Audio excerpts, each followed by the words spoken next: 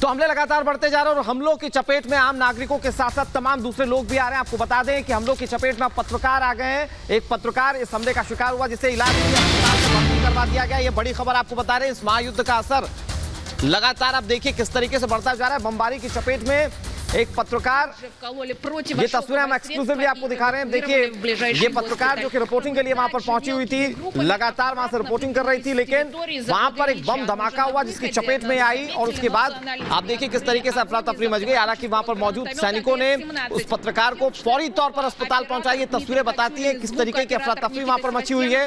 बमबारी की चपेट में आई हुई पत्रकार की तस्वीरें आपको दिखा रहे हैं। चोटिल ये पत्रकार हुई है जो जानकारी मिल रही है, और इसके चोटिल होने के बाद इससे पहले तो फर्स्ट एड दिया गया, जो मौजूद वहां पर सैनिक उन्होंने फर्स्ट एड दिया, और फिर उसके बाद कैसे उसे अस्पताल अफरा तफरी में ले जाया गया, जल्दबाजी में ले जाया गया। आपको ये तस्वीरें दिखा रहे हैं, ये एक्सक्लूसिव तस्वीरें।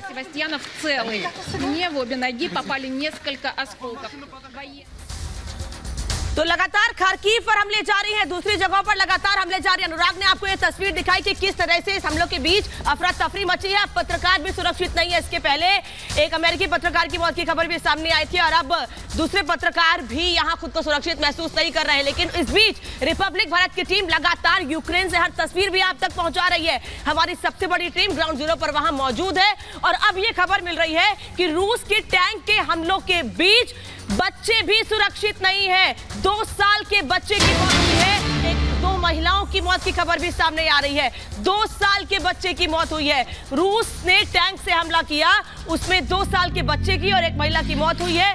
कीव की ये तस्वीर आपको हम दिखा रहे हैं। कीव से तबाही की नई तस्वीर आपको दिखा रहे हैं। रूस ने टैंक से हमले किए हैं। ये गाड़ी देख रहा है जिसके परखच्चे उड़ चुके हैं, और इस गाड़ी पर हमला किया गया। और अब कीव में एक तरफ कोई भी सुरक्षित नहीं है, कीव में कोई भी जगह ऐसी नहीं है जहां पर अब तक हमले नहीं हुए हो, और अब सड़कों से अगर लोग दूसरी जगहों पर पलायन कर रहे हैं खुद को, अपने परिवार को सुरक्षित रखने के लिए, तो वहां पर भी हमले किए जा रहे हैं। लोग ये सोच रहे हैं कि शायद वो कहीं और चले जाएंगे तो सुरक्षित होंगे, लेकिन जो वो रास्ता तय कर रहे हैं दूसरी जगह पर जाने का, उन रास्तों पर भी लोग सुरक्षित नहीं है। किस तरह से रूस के हमले लगातार जारी हैं, ये आप इन तस्वीरों में देख सकते हैं। 2 साल के बच्चे और 2 महिलाओं की मौत हुई है। बिल्कुल, अनामिका ने जो खबर बताई उससे ये साफ पता चलता है कि कैसे वहां पर आम लोग इस युद्ध का दंश झेल रहे हैं, और एक छोटे से बच्चे को इसकी कीमत चुकानी पड़ी। इन सब चीजों के साथ साथ जो सबसे ज्यादा नुकसान यूक्रेन को पहुंचाया जा रहा है रूस की ओर से, वो हवाई हमलों के जरिए पहुंचाया जा रहा है। और इन हवाई हमलों में अब तक काफी ज्यादा नुकसान रूस को यूक्रेन को उठाना पड़ा है। तमाम इलाकों की जो शक्लो सूरत है वो बदल गई है, और इसके बाद अब जो स्थिति नजर आती है वो सिर्फ तबाही और खंडहर होती हुई इमारतों की तस्वीरें नजर आती है। आपको तस्वीरें दिखाएंगे कैसे K-52 के माध्यम से लगातार रूस यूक्रेन पर हमले करता जा रहा है, और उसके बाद लगातार हमलों के चलते अलग अलग जगहों पर यूक्रेन को अपनी सेना के तमाम आर्टिलरी का नुकसान उठाना पड़ा है। आपको बताएं K-52 के माध्यम से लगातार अलग अलग क्षेत्रों में सैन्य ठिकानों पर हमले किए जा रहे हैं। K-52 हेलीकॉप्टर की तस्वीरें भी हम आपको दिखाएंगे कैसे वो K-52 हेलीकॉप्टर लगातार हवाई फायर करता जा रहा है। इन तस्वीरों के माध्यम से आप देख पाएंगे, क्योंकि ये हवाई फायर अब तक काफी ज्यादा नुकसान पहुंचा चुके हैं। टारगेटेड हमला करने में सक्षम है K-52, और ये एक्यूरेसी के लिए पूरे विश्व में विख्यात है। और जरा सोचिए कि जब ये यूक्रेन के आसमानों पर उड़ता है तो कैसे वहां के टारगेट को ध्वस्त करता है। सबसे ज्यादा इसका इस्तेमाल जो कर रहा है रूस, वो सैन्य ठिकानों को नुकसान पहुंचाने के लिए कर रहा है।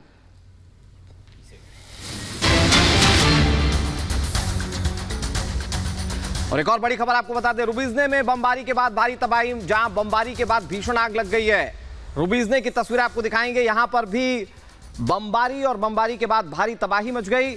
इस वक्त टीवी स्क्रीन पर जो आप तस्वीरें देख रहे हैं, आप देखिए कैसे पूरा इलाका जो है वो सिर्फ आग की लपटों की चपेट में है।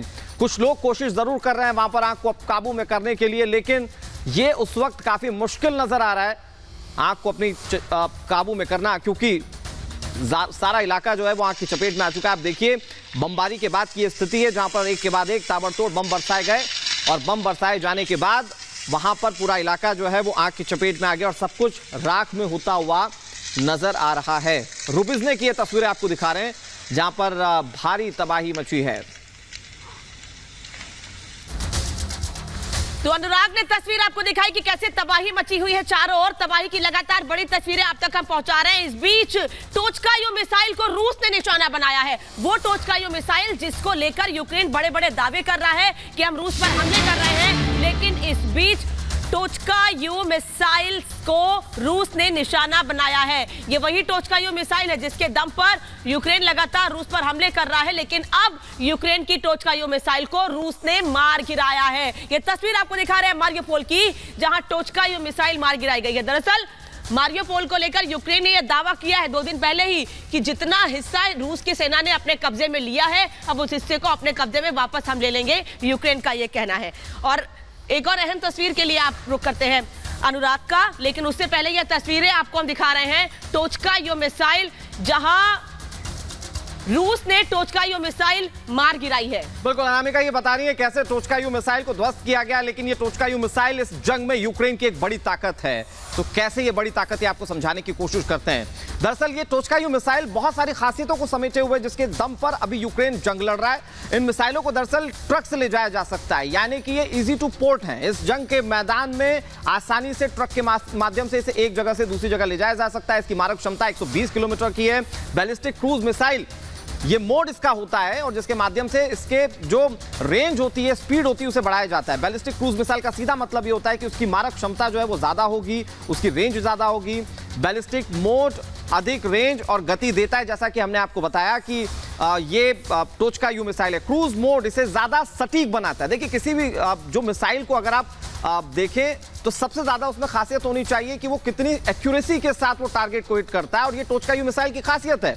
ये बड़े क्षेत्र को तबाह कर सकता है, यानी कि जहां पर ये हिट करेगा वहां पर तबाही काफी ज्यादा हो सकती है। पहली बार सन 1980 के दशक में इसकी तैनाती की गई थी, और 1980 के दशक के बाद लगातार इसे अलग अलग देश इस्तेमाल करें। सबसे ज्यादा जो यूज करता है वो यूक्रेन। सोवियत संघ से यूक्रेन को मिसाइल सिस्टम ये मिला था, और उसके बाद से यूक्रेन इसका इस्तेमाल कर रहा है। इस मिसाइल सिस्टम के कई दूसरे वर्जन आ चुके हैं, यानी कि साल दर साल इसे अपग्रेड किया जाता रहा। यूक्रेन के पास मौजूदा समय में देखें तो 90 टोचका यू मिसाइल है, जिसके माध्यम से वो लगातार रूस पर हमले करता जा रहा है।